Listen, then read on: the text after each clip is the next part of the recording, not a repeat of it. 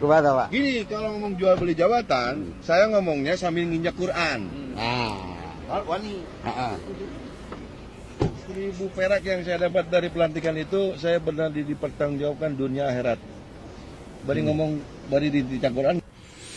Assalamualaikum warahmatullahi wabarakatuh. Ini viral ya berita, katanya si VLT gitu kan, tapi omongannya kok nggak dijaga. Orang berpendidikan tapi nggak dijaga, kok omongannya sampai seperti itu.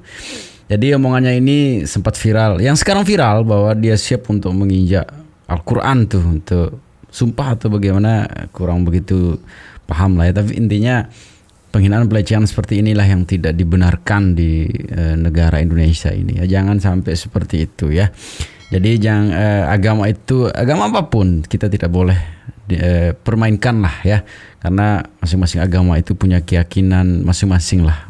Karena Indonesia ini juga sudah dijaga tuh ya. Semua agama itu dijaga di Indonesia. Dan kita tidak boleh saling menghina begitu satu sama yang lain. Apalagi Anda itu kan baru PLT saja omongannya sudah seperti ini gitu ya.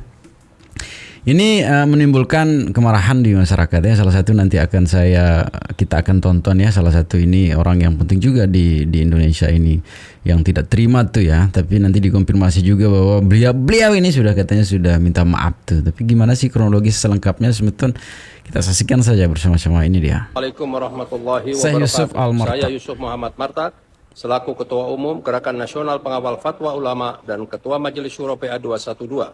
Alhamdulillah, dari kota suci Mekah, pada hari ini saya telah mendengar ada seseorang PLT Bupati di satu kota Bogor yang mana menyatakan dengan ucapan yang arogan dan biadab sambil menjawab pertanyaan dari orang yang ada di hadapannya mengenai praktek jual beli jabatan.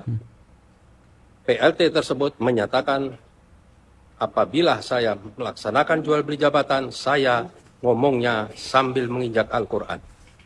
Saya menyampaikan tantangan kepada Anda, wahai PLT yang arogan, apabila Anda memang jantan akan melaksanakan ucapan Anda, tolong informasikan pada saya akan berada di samping Anda. Sebelum kaki Anda menginjakkan di atas kitab suci Al-Quran,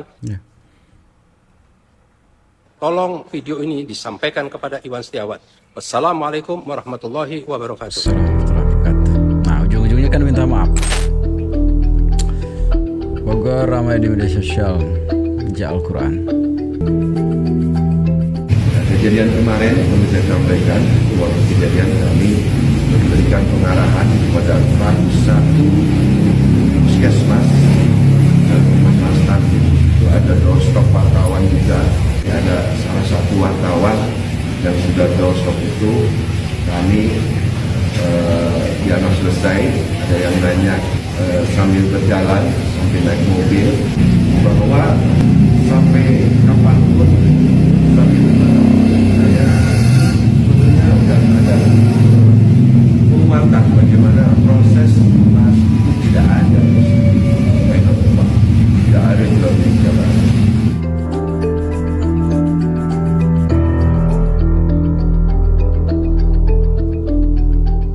Pernyataan tersebut hanya untuk menegaskan bahwa saya tidak pernah melakukan jual beli jabatan dalam proses mutasi dan promosi di lingkungan pemerintah Kabupaten Bogor. Untuk menjelaskan maksud pernyataan tersebut, saya juga telah tabayun dan bersilaturahmi dengan beberapa tokoh agama, alim ulama, dan juga habaib, dan beberapa tokoh masyarakat untuk mengklarifikasi dan mengutarakan permintaan maaf saya terkait pernyataan tersebut.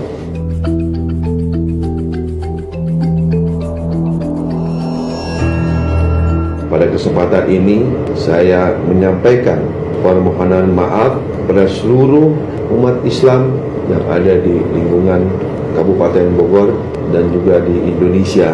Demi Allah, saya tidak ada niatan sama sekali untuk melecehkan Al-Quran sebagai pedoman hidup saya dan seluruh umat Islam. Demikian pernyataan terbuka ini saya sampaikan. Semoga dapat dipahami dan dimaklumi. Bismillahirrahmanirrahim. Assalamualaikum warahmatullahi wabarakatuh. Saya Iwan Setiawan, PLT Bupati Bogor sehubungan dengan pernyataan saya dalam menjawab pertanyaan salah seorang wartawan terkait isu jual beli jabatan dalam proses promosi dan mutasi yang diberitakan media Pakuan Raya pada hari Rabu tanggal 22 Februari tahun 2023. Pernyataan tersebut hanya untuk menegaskan bahwa saya tidak pernah melakukan jual beli jabatan dalam proses mutasi dan promosi di lingkungan pemerintah Kabupaten Bogor. Untuk menjelaskan maksud pernyataan tersebut, saya juga telah tabayun dan bersilaturahmi dengan beberapa tokoh agama, alim ulama, juga habaib dan beberapa tokoh masyarakat untuk mengklarifikasi dan mengutarakan permintaan maaf saya terkait pernyataan tersebut. Dari hati yang paling dalam dan tulus sebagai rasa penyesalan Syekh Yusuf Al-Martak dan kebodohan saya atas ucapan tersebut. Pada kesempatan ini saya menyampaikan permohonan maaf kepada seluruh umat Islam yang ada di lingkungan Kabupaten Bogor dan juga di Indonesia. Demi Allah, saya tidak ada niatan sama sekali untuk melecehkan Al-Quran sebagai pedoman hidup saya dan seluruh umat Islam. Demikian pernyataan terbuka ini saya sampaikan. Semoga dapat dipahami dan dimaklumi. Assalamualaikum warahmatullahi wabarakatuh. Jadi Anda itu sebagai orang yang disorot ya. Jadi pejabat publik itu memang harus harus dijaga gitu. Jadi tidak boleh, sebenarnya sih tutur kata itu harus dijaga. Ya, tutur kata itu ini menyangkut yang sangat sensitif sekali, apalagi ini menyangkut agama gitu kan. Yang seperti yang saya lihat Anda pakai peci itu juga beragama Muslim gitu. Jadi janganlah Al-Quran atau intinya ajaran agama dari agama manapun untuk dipermainkan ya. Karena Anda itu pejabat publik itu tidak elok suatu yang seperti itu keluar dari mulut Anda. Apalagi sekarang ini Anda itu PLT loh. Ya, jangan sampai ini menimbulkan percikan untuk menimbulkan kemarahan di masyarakat kita gitu. Karena bagaimanapun juga Anda itu seharusnya harus bijak dalam berbicara gitu ya. Kita ke video berikutnya. Ngomongnya sambil nginjak Quran. Sebelum kaki Anda menginjakkan di atas kitab suci Al-Quran,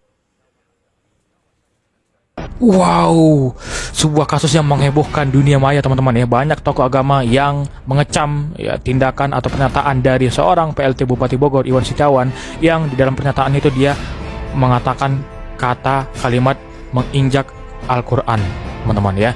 Jadi ya seorang ulama ya 212 ya, yang bernama Yusuf Martan, koreksi kalau misalkan saya salah menyebut namanya, dia sampai dengan keras mengatakan, saya wajib hadir, beritahu saya kalau misalkan Anda ingin melakukan rencana tersebut ya, rencana tersebut, maka saya akan hadir dan akan ada di sisi Anda. Sebelum Anda melakukan rencana tersebut, kita akan lihat siapa yang dulu akan. Itu teman-teman bisa lihat videonya, banyak tersebar di TikTok ya. Dan pernyataan ini menyeramkan teman-teman ya, udah sampai membawa ya nyawa ya, ya menyinggung kematian ya teman-teman ya, bau kematian ya.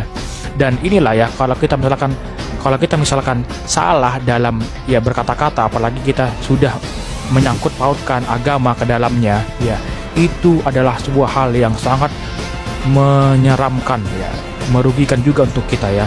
Kalau kita salah dan itu tersebar di media sosial, apalagi ini adalah agama mayoritas teman-teman ya, dan itu seharusnya dipahami oleh Iwan Setiawan ya, sebelum dia berkata-kata bahwa seharusnya dia tidak boleh membawa-bawa simbolis agama ya, apalagi dengan pernyataan yang bisa ya, yang merugikan seperti itu ya. Dan ya untungnya update terakhir dia sudah minta maaf ya teman-teman ya.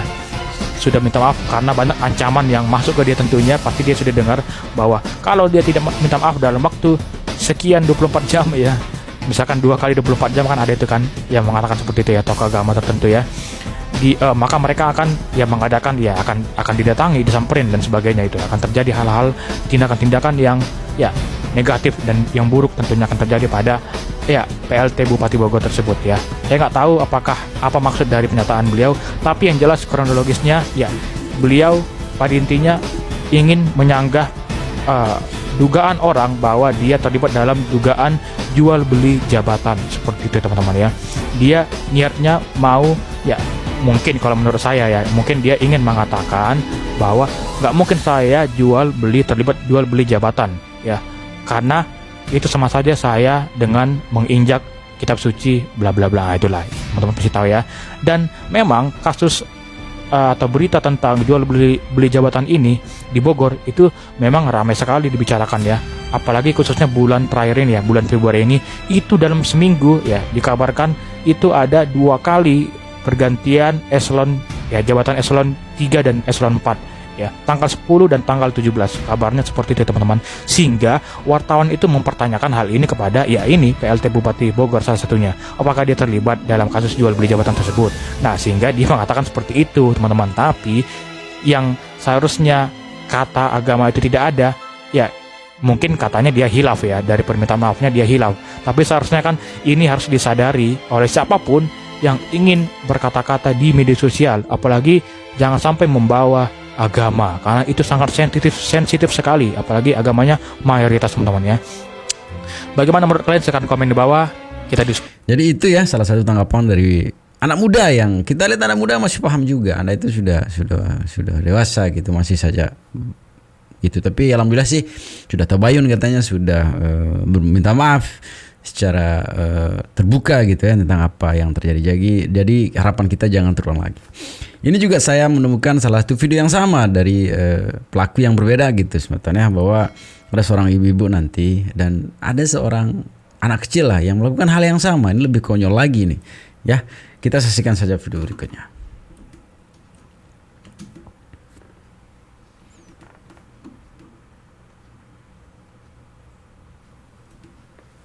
Ibu berani nginjek Quran, Pak. Coba si teteh ini berani nggak nginjek Quran? Ibu berani. Assalamualaikum warahmatullahi wabarakatuh.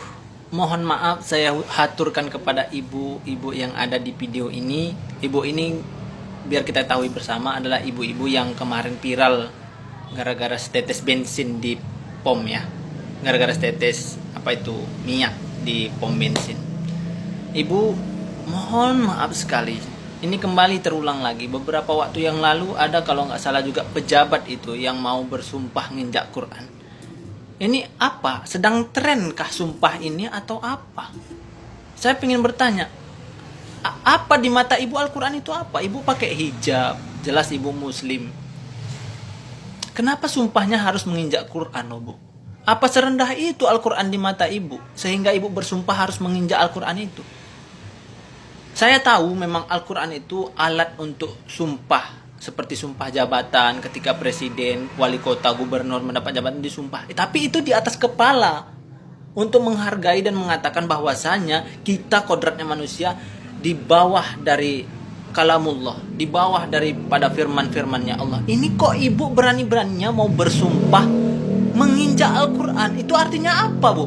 Coba ibu terjemahkan dulu.